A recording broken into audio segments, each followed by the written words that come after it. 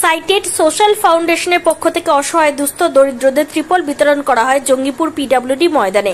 উপস্থিত ছিলেন cited social ফাউন্ডেশনের কর্ণধার ইমরান হোসেন, জঙ্গিপুর পৌরসভার প্রাক্তন চেয়ারম্যান মোজাহারুল ইসলাম, সমাজ দরদি অপু শেখ, অমরনাথ চ্যাটার্জি সহ আরো অনেকে।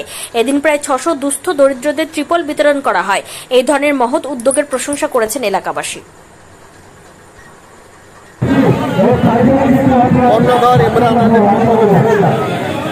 প্রায় 5 থেকে 600 ত্রিপল বিতরণ করা হলো। আমরা বিশেষ করে আমি তো অত্যন্ত খুশি, কেন সাধারণ মানুষের কাছে, গরিব মানুষের কাছে যদি কিছু দেওয়া যায়, সে যেই দেওয়া যায়, তাহলে আমরা অত্যন্ত খুশি।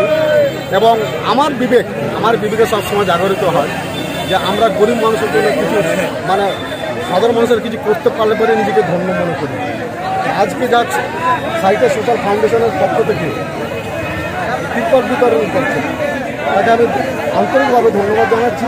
এবং এটাও বলছি, আগামী দিনে অনেক জায়গায় অনেক প্রফিট আছে, শুধু এখানে আরও অন্যান্য ঈদে পুজো তো করে। হ্যাঁ, আমরা দেখেছি, এর আগে দেখলাম আমরা নিজে পুরো করেছি।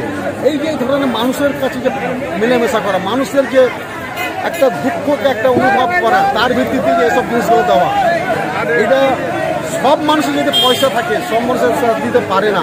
কিছু মানুষ থাকে যারা, তারা সবসময় মনে করে যে গরিব মানুষের কাছে থেকে কতটা উপকার করতে পারবো, কতটা সহযোগিতা করতে পারবো।